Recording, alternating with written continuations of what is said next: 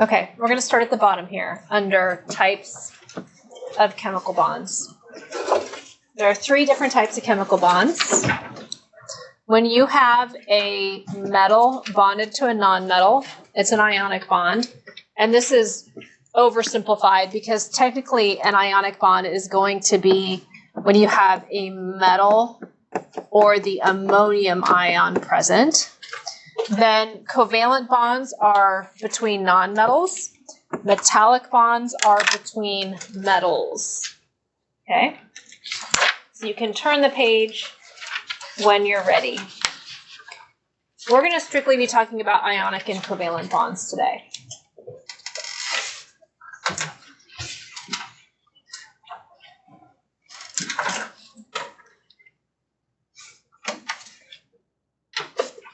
So, generally speaking, ionic bonds are going to form between two atoms that have really big differences in ionization energy and electronegativity. So that means they're far apart from each other on the periodic table.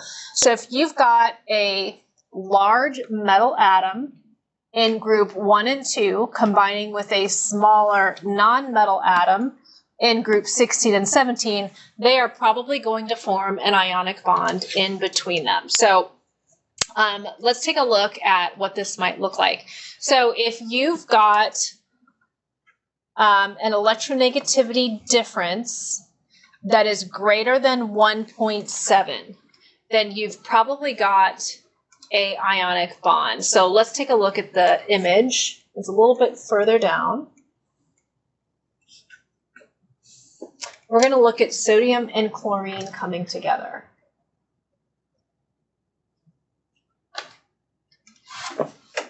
So down here, we've got a neutral sodium atom and a neutral chlorine atom. Neutral sodium has got 1 valence electron in its outermost shell. Chlorine has got 7. Chlorine desperately wants 1 more so that it can satisfy the octet that is needed to be stable. So what happens is the electron from sodium, which is the metal, will be given to the nonmetal, and as that happens, we will form a sodium ion, which is Na+1, because we lost that 1 valence electron to chlorine, and then chlorine will form Cl-1 because it accepted it, okay? And the ionic bond will form between the two. So what happens generally is metals donate their valence electrons to reveal the octet underneath, because underneath, if they reveal the 8 they have, then they become stable, okay?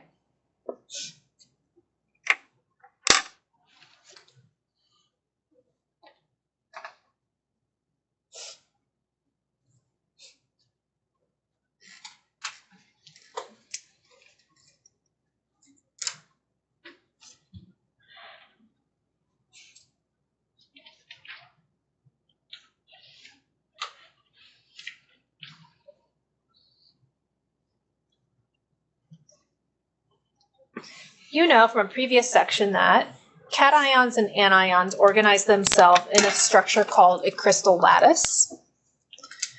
So if you take a look at the top of the next page, you will see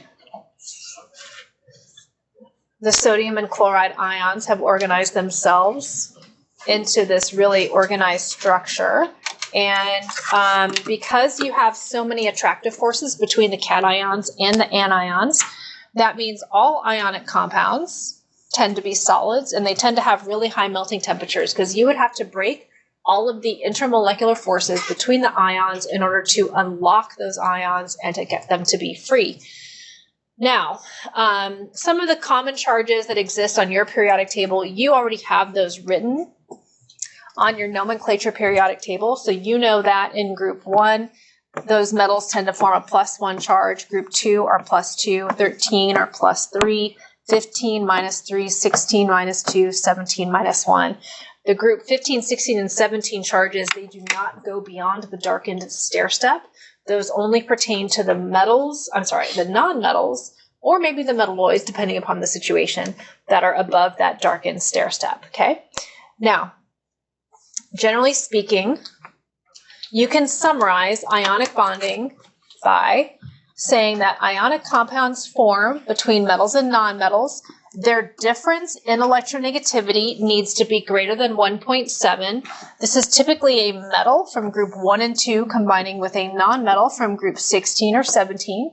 And then when ionic bonds form, metals will transfer their valence electrons to nonmetals, and then you will form a metal cation and a nonmetal anion, and they are attracted to each other by something called electrostatic interactions, meaning opposite charges attract, and that is your ionic bond. Ionic compounds form crystal lattices, and because there are so many attractive forces between the ions in the crystal lattice, we get high melting temperatures for ionic compounds. And that's pretty much it, okay? Ionic compounds are neutral. We know that from a previous section. Let's turn the page. And we're going to take a look at a practice problem before I go on to covalent bonds, okay? So I want to practice calculating the difference in electronegativity with you so that you understand how to do it, because you're going to be doing it a lot. So we're going to take a look at numbers 2 and 3. Okay, so number 2 says justify that these are ionic compounds by calculating the difference in electronegativity for each one. So look at your atomic mass periodic table that has the electronegativities in the upper right-hand corner. And if we take a look at A, we've got rubidium fluoride. Rubidium has a value of 0.8. Fluorine is 4.0. When you go to calculate the difference in electronegativity, which is denoted by the triangle in the EN, you want to subtract the electronegativity values so that you get a positive difference. It will never be a negative difference. So this is going to be 4 minus 0.8, which is going to be 3.2, which is greater than the difference that they said we had to have for it to be ionic, okay?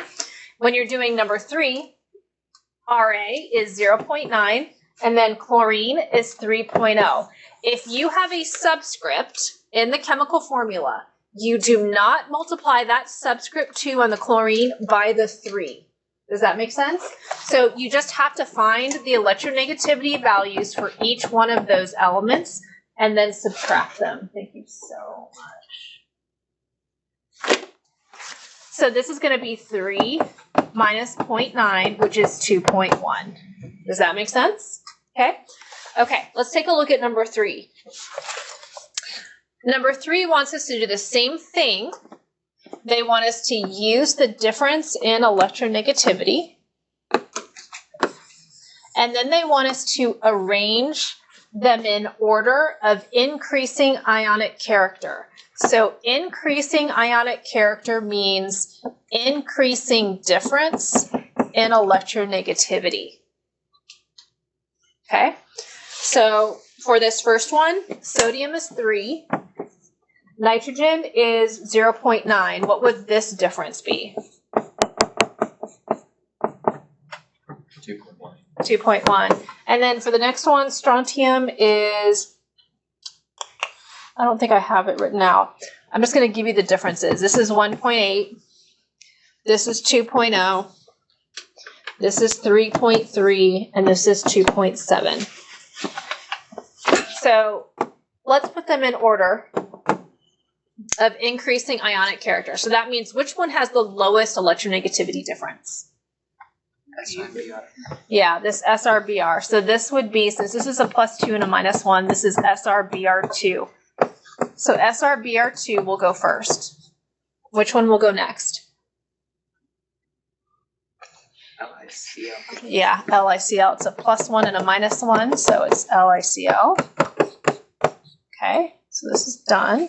And then the next one would be this sodium and nitrogen. This is Na3N. Okay, and then you've got your rubidium oxide. So this is a +1 and a -2. So this is Rb2O. And then lastly would be this cesium fluoride. So this is CSF. Okay.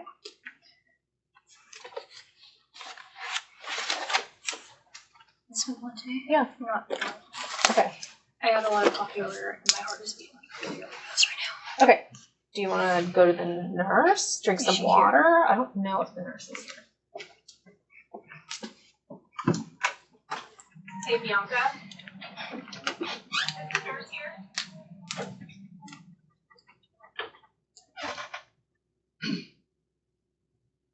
Okay, thanks.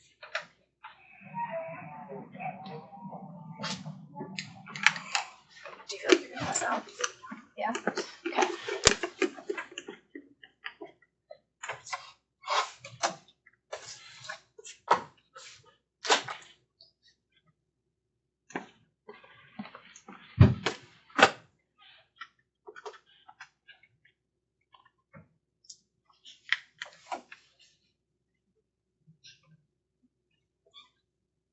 Is the nurse here?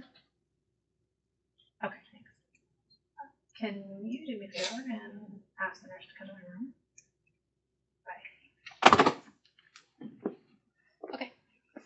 Stay there. And just drink some water. Okay. Okay. And let me know if it gets worse. Okay.